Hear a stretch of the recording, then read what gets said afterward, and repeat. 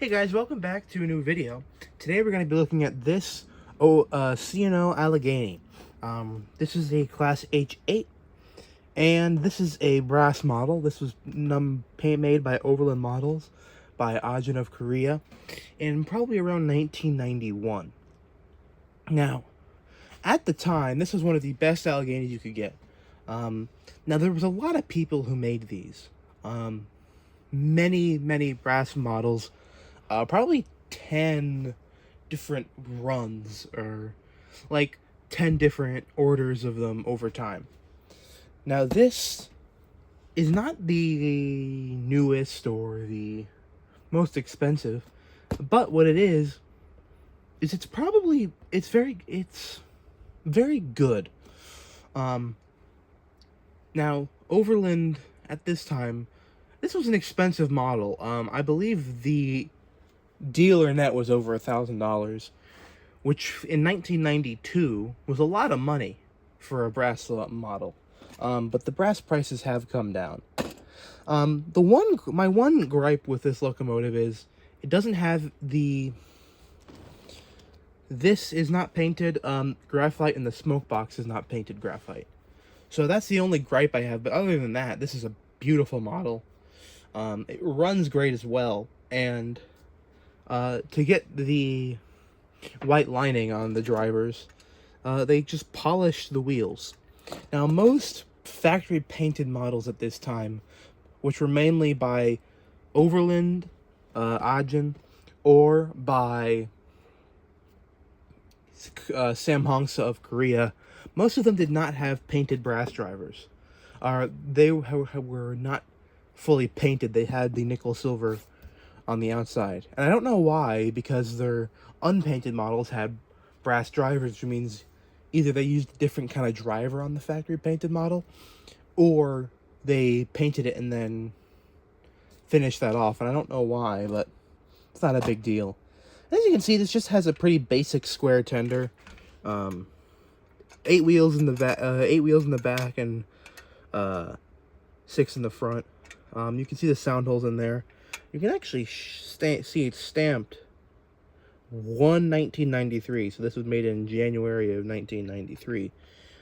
And the one thing I don't like about this is this stupid connector. This connector right here is really annoying. Let's see if you can see it. So you can see it's really annoying, and it's got these flimsy pins. So if I ever put a decoder in this, which I don't even know if I will, because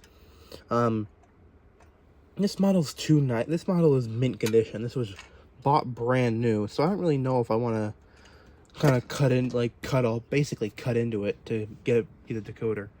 If any of you are interested in this model was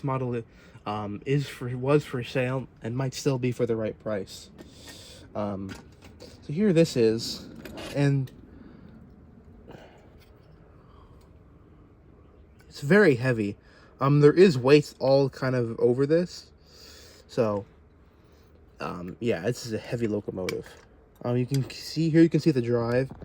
So this had a similar drive mechanism to the Gome or the custom brass, with a motor and then a transfer box that goes into 2 idler gearboxes. And this has had the drive shaft replaced. And this has 2 lights, and it has you might be able to see it there. There's the cab light, and it does have a lighted front light. This has a really nice can motor, and this thing just runs super smoothly. I just don't like running it that much, but it's a beautiful locomotive. And one reason why I started with the box, with it on top of the box, is because Overland had very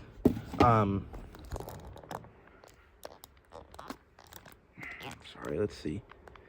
They had so the reason I didn't want to have to take it completely out of this, so I didn't do that. But I bought this model basically brand new. The person who I bought it from, it was an estates auction, and they took it out of the box just to take pictures. So I definitely am the first person who has ever run this on a layout. So I'll get to running it and giving you some cool information about this.